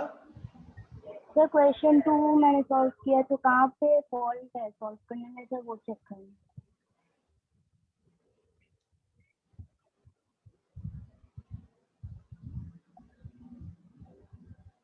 क्वेश्चन नंबर 2, आपने यहाँ पे बेस, आपको ये पता है कि जो बेस होता है ट्रायंगल के केस में, सर मैं अपना सॉल्यूशन दिखाऊं मैंने कैसे सॉल्व किया। तो मैं यहाँ पे सॉल्व कर देता हूँ, बिकॉज वो फिर कैमरा में क्लियर दिखेगा नहीं दिखेगा। You just verify it from here. देखिए, अकॉर्डिंग टू क्वेश्चन मान लो कि आपका ये ए था, ये भी ए था। ठीक है, ये भी ए है, ये भी ए है, और ये बेस है। बेस एक्चुअली में आपका नॉन इक्वल साइड होता है। एक आइसोसेलेस ट्रायंगल में जब आप बेस वर्ड सुनोगे तो that will give you enough hint that they are talking about the non equal side. Okay, they are talking about the non equal side. तो ये हमारा 80 हो जाएगा।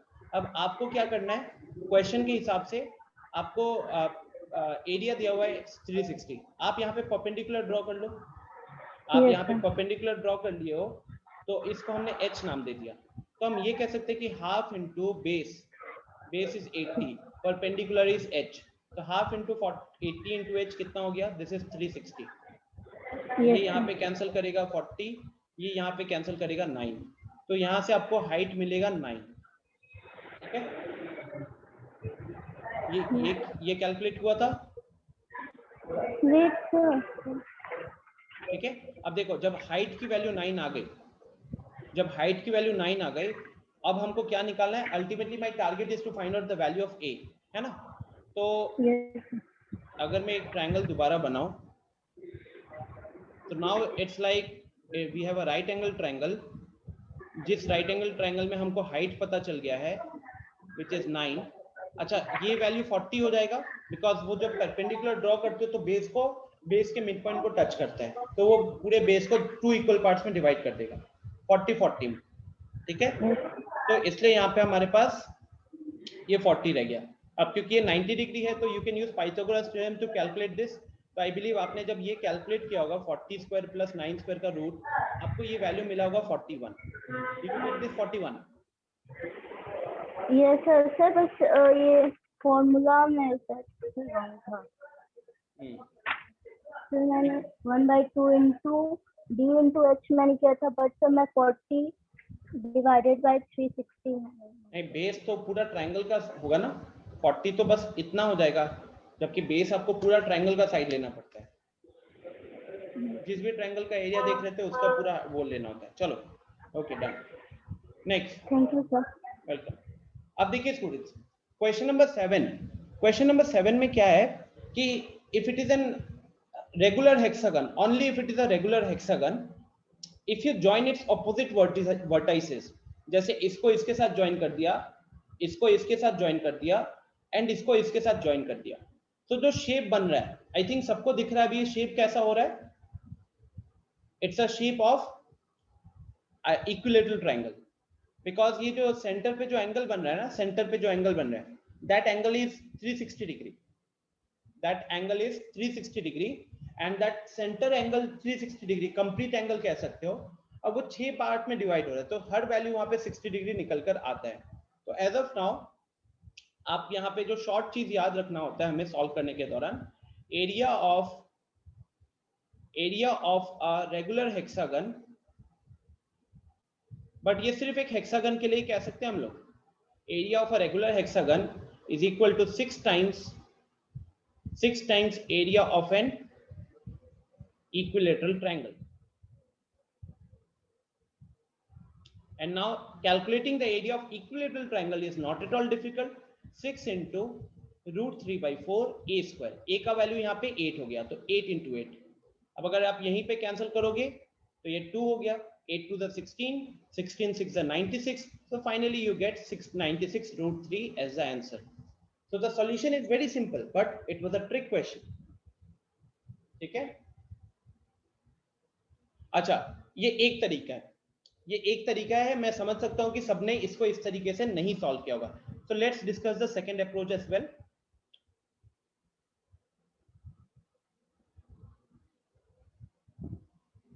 Now what is the second approach?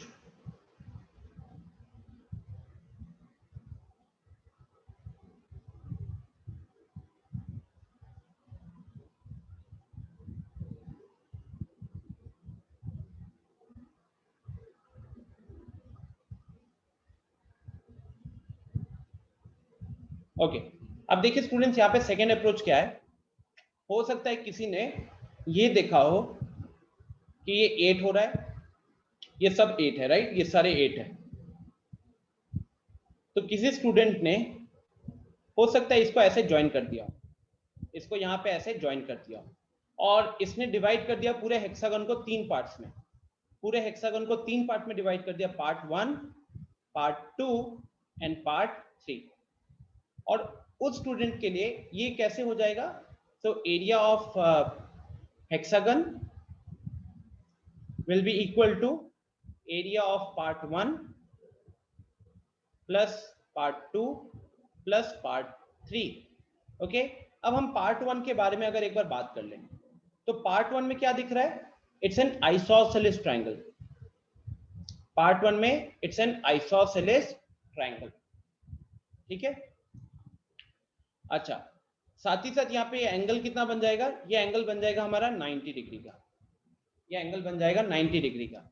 तो आपको जो थोड़ा सा सोचना होगा यहाँ पे कि how will you find this length, but अभी मैं आप छोटा सा हिंट दे रहा हूँ। आइसोसेलेस ट्रायंगल हो गया तो 1 वाला भी आइसोसेलेस होगा एंड 3 वाला भी आइसोसेलेस ट्रायंगल होगा, और जो सेकंड वाला बीच वाला है वो एक रेक्टेंगल बन रहा है। सेकंड जो बीच वाला है वो एक रेक्टेंगल बन रहा है। ओके, तो this could have been another approach. अब इक्विलैटरल ट्रायंगल का एरिया कैलकुलेट करने के लिए जैसे हम परपेंडिकुलर वगैरह ड्रॉ करते हैं वैसे ही करोगे। यस दृष्टि? सर यहाँ पे जो एरिया ऑफ रेगुलर हेक्सागन का फार्मूला भी होता है ना, 3√3/2 a स्क्वायर। अल्टीमेटली जो दृष्टि ये फॉर्मूला शायद आपने नेट पे देखा होगा, ये फॉर्मूला यहीं से तो आया है। हाँ यस सर, तो वो उस फार्मूला से निकाला है, तो वो भी तो सही होगा ना? हाँ हाँ, वो सही होगा, ठीक है। आप मतलब ये जो हमारा जो फर्स्ट अप्रोच है, इसी अप्रोच को अगर आप फॉर्मूला के बेसिस पे लिखना चाहते हो तो एक छोटा सा हम लोग नोट रख सकते हैं। Area of okay sir, area of regular hexagon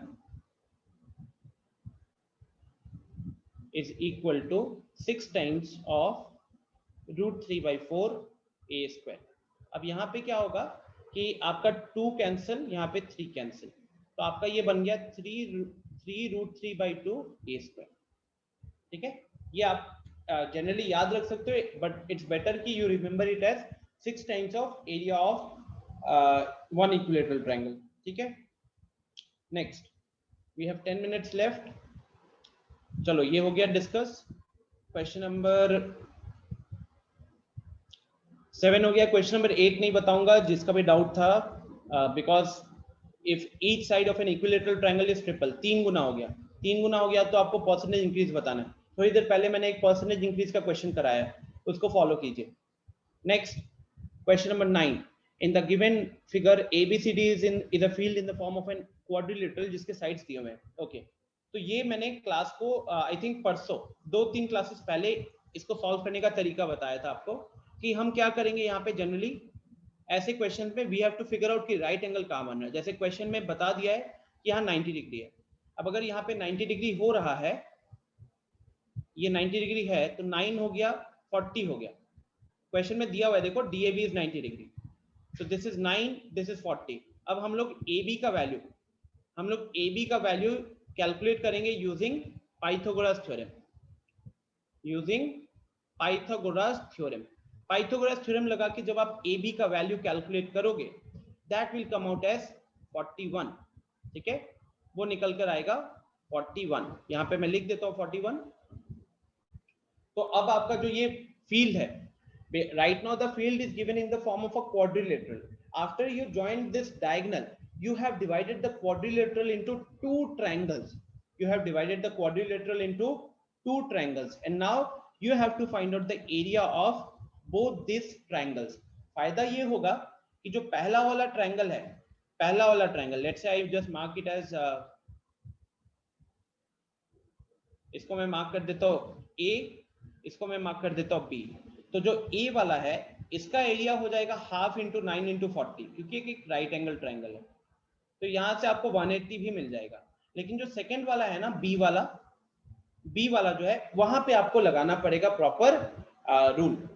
ठीक है, B वाले में आपको प्रॉपर वहां पे हीरोन्स फॉर्मूला लगा के कैलकुलेट करना पड़ेगा। Okay, again you have a similar question in your NCERT.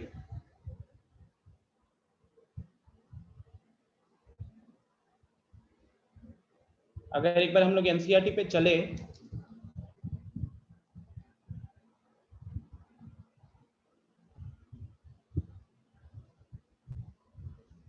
हाँ देखो अगेन इसी से पता चलता है कि कितना पढ़ाई की हो। ये देखो, ये एग्जांपल नंबर 5 देखना, तो एग्जांपल नंबर 5 का इस डायग्राम को देखो।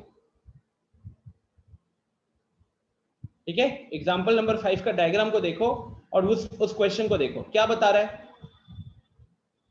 मैं आप लोगों को कितना बार कहता था कि go through the examples, go through the text of the NCERT, but करना नहीं है।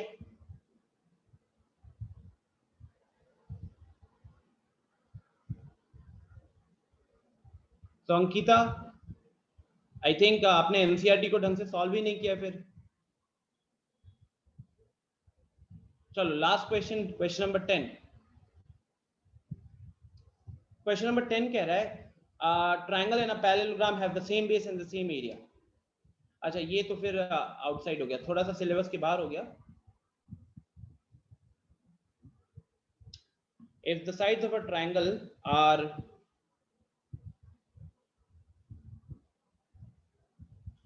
if the sides of the triangle are 15, 14 and 13 and the parallelogram stands in the base 15, then find the height. Okay student, यहाँ पे ना एक छोटी सी दिक्कत है, बस एक छोटी सी दिक्कत ये है कि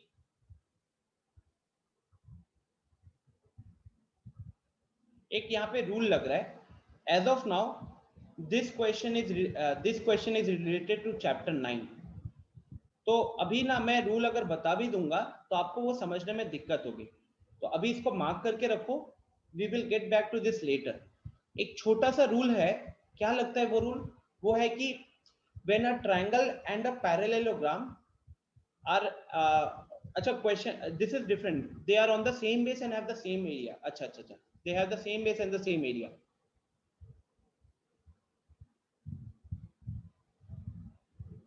अच्छा this is different, this is इसका चैप्टर 9 से कोई लेना देना नहीं है, चैप्टर 9 से इसका कोई लेना देना नहीं है। लेट मी जस्ट मैं बता रहा हूँ इस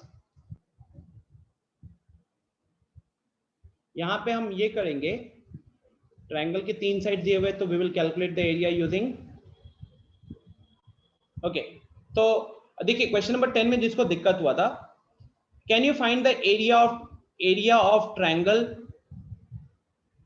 ट्रायंगल यूजिंग हिरॉन्स फॉर्मूला। ठीक है, हिरॉन्स फॉर्मूला जिसने भी सॉल्व किया एक बार मेरे को चैट में एरिया का वैल्यू बताए, जिसने भी सॉल्व किया वो एक बार मेरे को चैट में एरिया का वैल्यू बताए। Use Heron's formula to find the area of triangle, because area of triangle yes 84। देखिए तो जिसको भी डाउट है क्वेश्चन नंबर 10 में, आपका यहाँ पे अप्रोच क्या होता है, क्वेश्चन नंबर 10 को सॉल्व करने के लिए आपको सबसे पहले ये पता होना चाहिए कि एरिया ऑफ पैरेललोग्राम क्या होता है। तो area of parallelogram is half into sorry it's only base into height. Area of parallelogram is simply base into height. ठीक है, सो यहाँ पे क्वेश्चन ने पहले ही बता दिया कि area of triangle is equal to area of parallelogram. तो आपका जो इक्वेशन बनेगा वो इक्वेशन बनेगा area of triangle ABC is equal to area of parallelogram BCDE, right? This is given according to the question. अब आपने एरिया ऑफ ट्रायंगल कैलकुलेट किया using Heron's formula, chat में जैसे सब मेरे को बता रहे इट्स 84, और जो पैरेललोग्राम है उसका एरिया मानेंगे बेस इनटू हाइट, फॉर्मूला है already. So base is 15, height को h मान लो बिकॉज वही हमको क्वेश्चन में निकालना है। So we will write it as 15 into h. So finally 84 will be equal to 15 into h, implies h will turn out to be 84 upon 15। दोनों 3 से ऊपर नीचे कैंसिल होगा तो ऊपर 28 नीचे 5, तो 28 upon 5 कैलकुलेट करोगे तो 5.6 निकल कर आएगा। This becomes the answer of this question. Okay, it was not a difficult question at all. The only thing is you had to know the formula of the area of a parallelogram, which is equal to base into height, and equate it to the area of triangle which you had calculated by Heron's formula. Okay, so this is it. We have next class on Thursday or Friday, I suppose. So we will be starting with a new topic. Yes, Apurva. Sir heron formula से भी तो find कर सकते हैं इसका area. क्या sir heron formula से तो फाइंड कर सकते हैं ना इसका एरिया जो दिया हुआ है। मैंने वही लिखा हुआ है, area of triangle using Heron's formula ही तो लिखा हुआ है वहां पे। Yes sir. नाउ सबसे पहली चीज स्टूडेंट्स देखो, इफ यू अगर आप चाहते हो ना कि मैं आपको ओलंपियाड लेवल तक की क्लासेस दो और कराऊं, आप लोग को सबसे पहले वर्क हार्ड करना पड़ेगा। ठीक है, I will be very honest with you, इस तरीके से कोई ओलंपियाड क्लियर नहीं कर पाएगा। ठीक है, कोई ओलंपियाड नहीं क्लियर कर पाएगा। If you are planning that 10th में जाके एक बहुत बड़ा एग्जाम विच इज NTSC, अगर आप वो क्लियर करना चाहते हो, NTSC में 25 लाख लोग एग्जाम देते हैं, 25 lakhs, out of which only the top 2000 people are selected. Now if you're aspiring to be one of those 2000 people, then there's one thing which you have to do. Abhi to, because most of the students out here, they are taking the advantage of this online system and they're not working hard. What I'll be doing is from next class, जैसे next topic will be surface area and volume, chapter number 13. ठीक है, so I'll be starting with the topic, and now I'll be following only the module, because even my in fact you can say कि हमारे यहाँ पे अवंती में we follow our own module, but मैंने सोचा कि बहुत सारे schools वगैरह में क्या हो रहा है कि बहुत सही से पढ़ाई नहीं हो रही थी, बहुत सारे students का ये complaint था, तो मैंने बोला कि ठीक है मैं मॉड्यूल के साथ साथ NCERT भी सॉल्व कराऊंगा, and I took that extra burden on me. Level of question तो NCERT में आसान होते हैं, बट क्योंकि उसको क्लास में डिस्कस करना होता है तो दैट टेक्स टाइम। अभी मैं सिर्फ अवंती का मॉड्यूल फॉलो करूंगा, and that will cover all the types of questions, both boards level as well as olympiad level. But जिन लोगों को ओलंपियाड एक्चुअली में करना है, आपको थोड़ा सा प्रैक्टिस करना पड़ेगा, आइदर फ्रॉम RS अग्रवाल और RD शर्मा, ठीक है, वट एवर यू हैव। अगर आपने बुक खरीदा नहीं है then you can go for RD Sharma. अगर आपको बुक नहीं खरीदना है, मैंने RS अग्रवाल का PDF शेयर किया हुआ था ग्रुप पे कुछ दिन पहले, आप उस PDF को डाउनलोड करो। हम जो भी चैप्टर यहाँ पे करते हैं, आप उस PDF से उन्हीं चैप्टर के उस क्वेश्चंस को सॉल्व करो, और जब आप सॉल्व करोगे तो एक प्रॉपर टाइमलाइन के साथ, टाइमलाइन मतलब you need to have a timer कि हाँ मैंने अगले 1 घंटे के अंदर कितने क्वेश्चन सॉल्व किए, only then you can actually clear Olympiads, ठीक है। प्रॉब्लम नहीं है, देखो RD शर्मा का लेवल थोड़ा ऊपर है, RS अग्रवाल थोड़ा बेसिक लेवल पे है, बट अगर आपके पास दोनों में से कोई भी बुक है, आप उससे सॉल्व कर सकते हो। दोनों में से कोई भी बुक है, सॉल्व कर सकते हो, लेकिन जब सॉल्व करोगे तो टाइमर के साथ सॉल्व करना है, make it very clear. And next class से अब तो yes, I'll send the PDF again, मैं PDF वापस भेज दूंगा, not an issue। Next class से I'll be starting surface area and volume। अगर आप चाहते हो कि उस क्लास में आपको चीजें बहुत आसानी से समझ में आए, okay, surface area and volume is one of the easiest topic in your class 9, but सबसे ज्यादा कैलकुलेशन होता है उस चैप्टर में। वन ऑफ द इजीएस्ट है, लेकिन कैलकुलेशन बहुत ज्यादा होता है। इनफैक्ट अगर आपको थोड़ा सा याद होगा तो क्लास 8 में भी एक चैप्टर था मेंसुरेशन करके, ठीक है, तो surface area and volume is also under mensuration, तो calculation will be too much.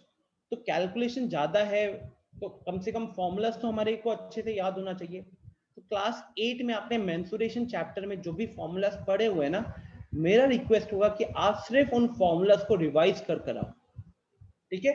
You should remember the formulas, because class 8 में आपने जितने भी फॉर्मूलाज देखे थे, क्लास 9 में हम एक भी एक्स्ट्रा फॉर्मूला नहीं देखते हैं। We just practise high level of questions, समझ रहे हो।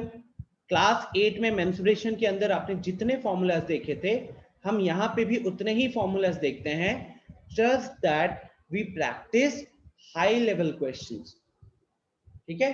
तो मैं RS अग्रवाल की PDF सेंड कर दूंगा, आज बैठकर हीरोन्स फॉर्मूला के क्वेश्चंस को भी सॉल्व कर सकते हो, राइट। बट यस, किसी को ओलंपियाड करना है, you have to practise a lot of questions, nothing else. क्यों प्रैक्टिस करना होता है बहुत सारे क्वेश्चंस? बिकॉज ओलंपियाड्स में you get 50 questions to solve in 60 minutes.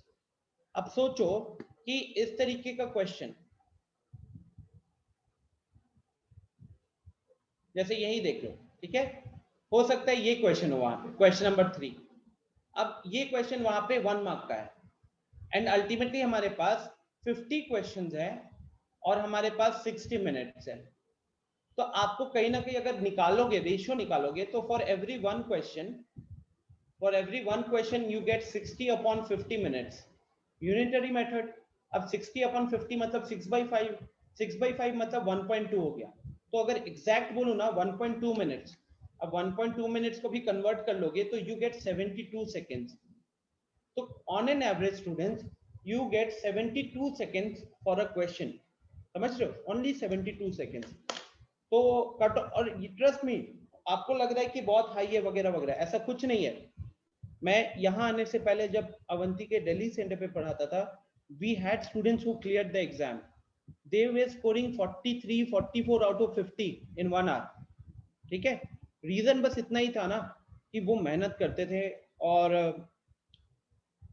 आप उतना मेहनत नहीं कर रहे हो सकता है 1-2 लोग कर रहे हो, but maximum of you are just doing the formality because of your parents, nothing else.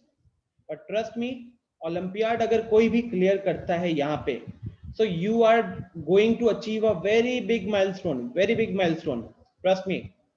India में लेस देन 0.1% स्टूडेंट्स, ठीक है, सोचो, less than 0.1% students actually achieve some good rank in Olympiads.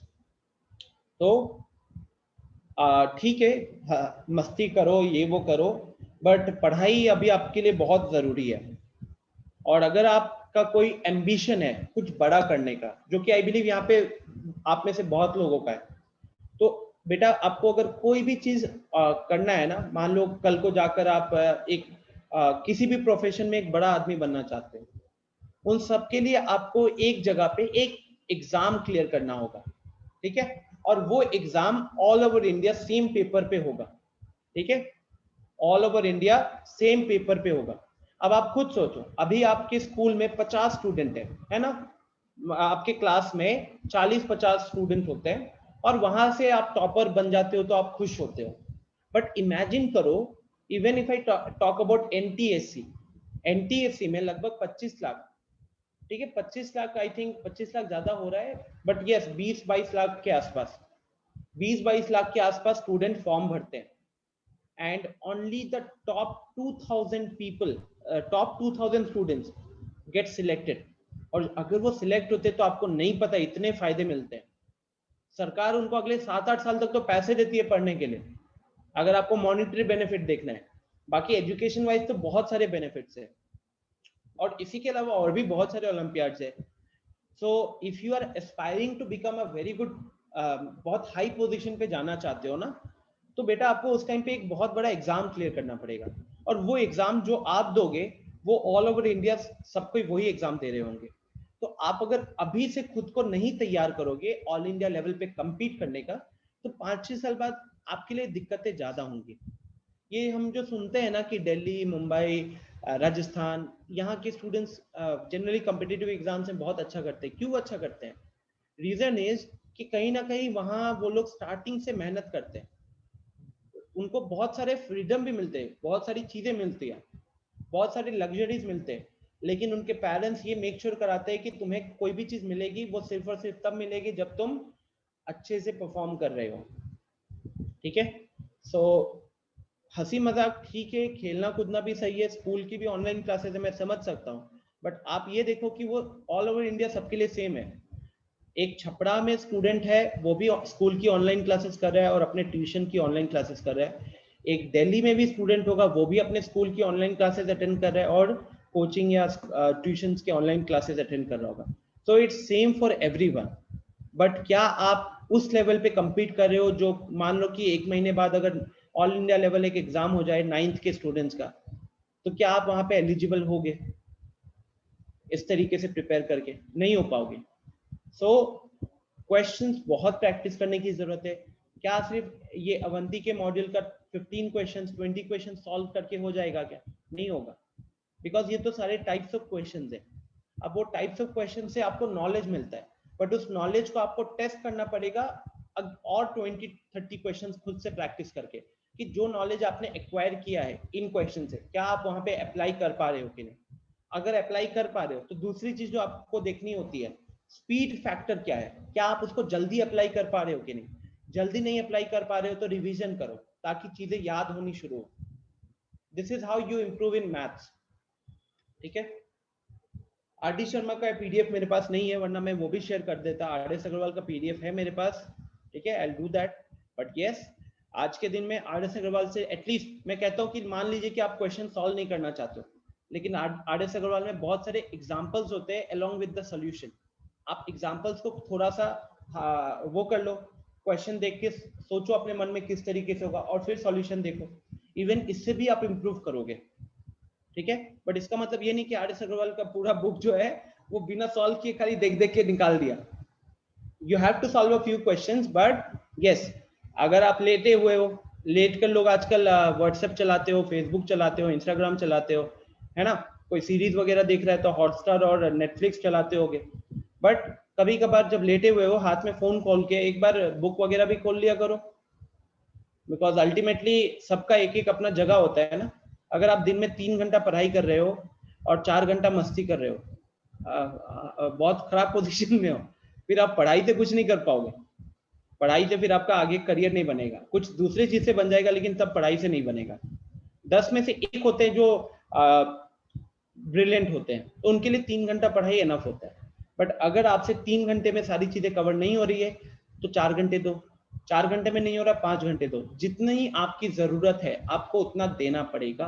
Only then you can actually compete, है ना।